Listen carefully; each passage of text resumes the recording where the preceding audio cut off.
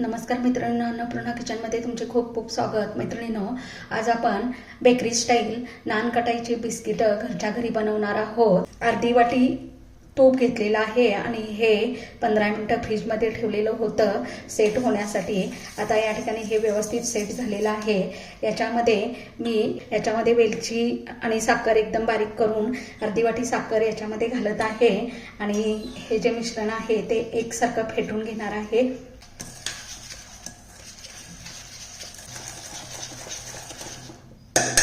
त्यानंतर मी 1 कप मैदा घेतलेला आहे. त्यानंतर अर्धा कप बेसन घेतलेला आहे. 1 कपातला 1/4 भाग एवढा रवा घेतलेला आहे.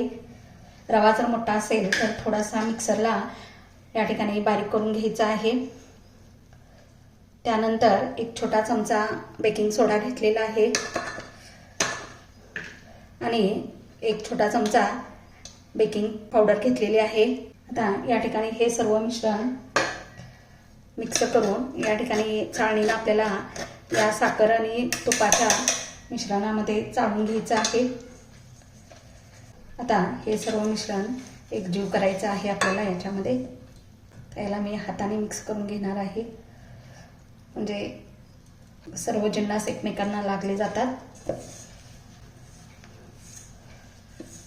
तर इथे बघू शकता हे मिक्स झालेलं आहे, एकत्र करून ठेवलेलं आहे. आता हे जे मिश्रण आहे हे 10 मिनिटं आपण फ्रीजमध्ये सेट होण्यासाठी ठेवायचं आहे. ते 10 मिनिटं आपलं पीठ सेट झालेलं आहे. या ठिकाणी 1 छोटा असा खोलगट चमचा घेणार आहोत आणि त्याच्यामध्ये हे पीठ असं या ठिकाणी दाबून घेणार आहे, म्हणजे आपल्या एका साईडचे सगळे बिस्किट तयार होतील. या ठिकाणी बघू शकता.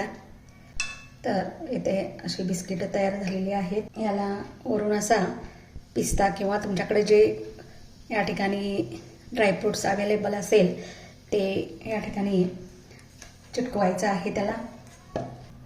तर इथे अशी सगळी बिस्किट आपली तयार करून झालेली आहेत. आता या बिस्किटांना आपण हीट देण्यासाठी ठेवणार आहोत. हीट करण्यासाठी मी एक कढई ठेवलेली आहे गॅसवर. यामध्ये ही जाळी ठेवायची आहे आणि ही बिस्किट ठेवायची आहेत, कारण कढई गरम झालेली आहे, व्यवस्थित ठेवायची आहे, त्यामुळं भाजण्याची शक्यता असते. मीडियम गॅसवर 15 मिनिटं भाजण्यासाठी ठेवायची आहेत. गॅस बंद करायचा आहे आणि याचं झाकण काढून आपली बिस्किट तयार झाली आहेत की नाही. तर इथे बघू शकता आपली बिस्किट मस्त अशी तयार झालेली आहेत. तर इथे तुम्ही बघू शकता मस्त अशी आपली नान कटाईची बिस्किटे करून तयार झालेली आहेत आणि मस्त अशी कुरकुरीत आणि एकदम मऊसूत तोंडात घालताच विरघळणारी ही नान कटाईची बिस्किटं करून तयार झालेली आहेत. अगदी साधी सोपी रेसिपी आहे. तुम्हालाही ही नान कटाईची बिस्किट आवडत असतील तर बाहेरून न आणताना अशी नान कटाईची बिस्किटे घरीच बनवून पहा. आणि माझी ही साधी सोपी रेसिपी तुम्हाला आवडली असेल तर माझ्या चॅनलला लाईक आणि सबस्क्राईब करायला विसरू नका.